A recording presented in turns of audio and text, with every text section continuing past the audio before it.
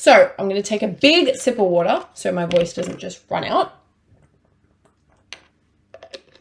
And we're going to start topic 2, which is the promotion and enforcement of human rights. Okay. So, as I said, this is what we're going to be looking at from the syllabus. So in particular, we're going to look at in the international community.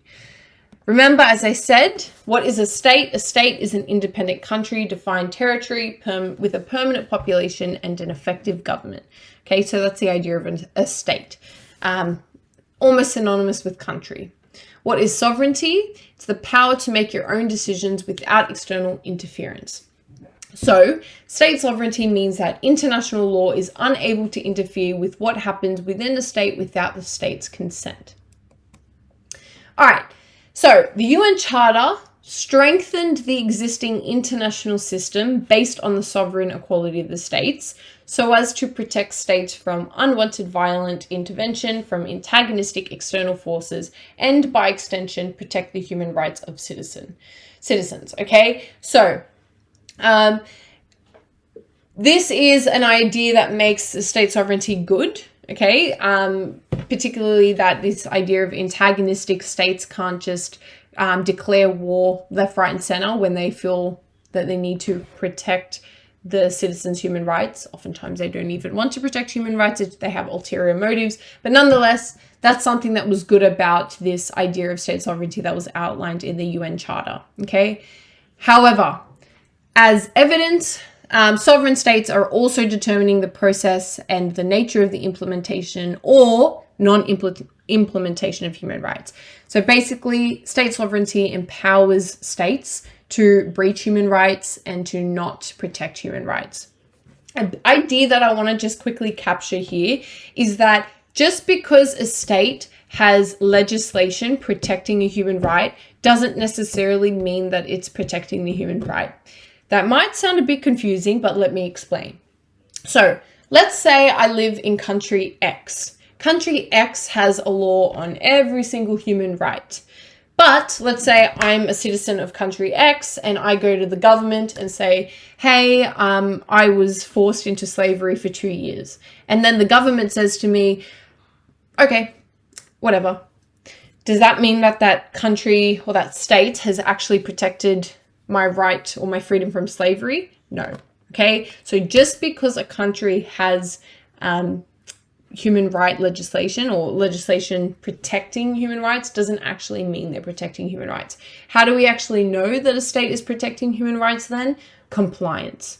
Are they complying to their own domestic legislation and international obligations from the treaties they've ratified? Okay. And in the case of Australia, ratified and enacted. So things like R versus Y12 tell us that Australia is compliant to the Commonwealth Criminal Code Section 270, okay? Because they were quick to sentence Y12 and quick to send out the message that no, Australia will not tolerate cases of slavery and the breaches of freedom from slavery, okay? Which tells us that for slavery, Australia is pretty compliant, okay? All right.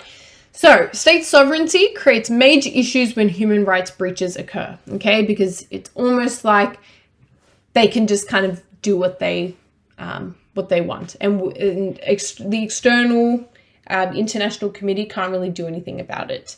The fundamental principle of international law is that no nation state can interfere in the domestic affairs of another nation state unless authorized by the UN. So this is under the responsibility to protect, okay? That we have a responsibility to protect our own citizens, but also the citizens of other states. However, the UN has experienced extreme weakness in enforcing its decisions on human rights due to state sovereignty and veto power, as I said.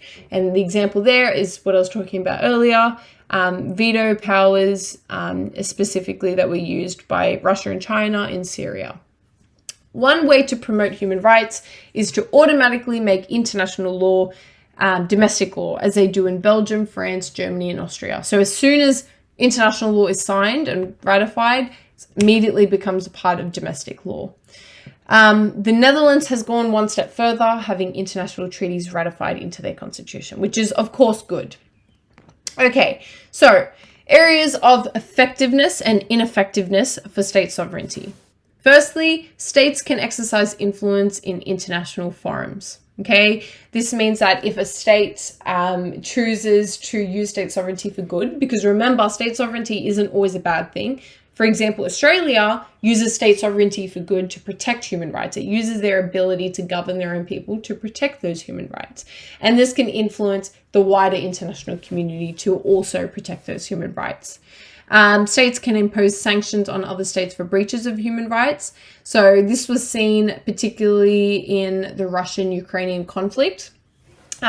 When Russia chose to go into Ukraine, invade Ukraine, a lot of states, including Australia, sanctioned particular trades with Russia as kind of a sign to stop, or in a way to punish them. So if a state is starting a war with another state, the surrounding states can choose to not trade with them as a kind of punishment. States can implement domestic laws protecting human rights, as I said, and that's really good, obviously, for the people. However, states can ignore international human rights. States can enact discriminatory laws and engage in repressive practices. States can remove existing domestic human rights protections, and states can ignore domestic human rights violations. Yeah, effectively, state sovereignty either gives states the power to be really good or be really bad. Gives them the power to do whatever they would like, okay? So another kind of practice question that you can do to start getting you thinking is this one here. When it comes to human rights, is state sovereignty beneficial or has it proved to be more of a hindrance? Discuss. What do we think?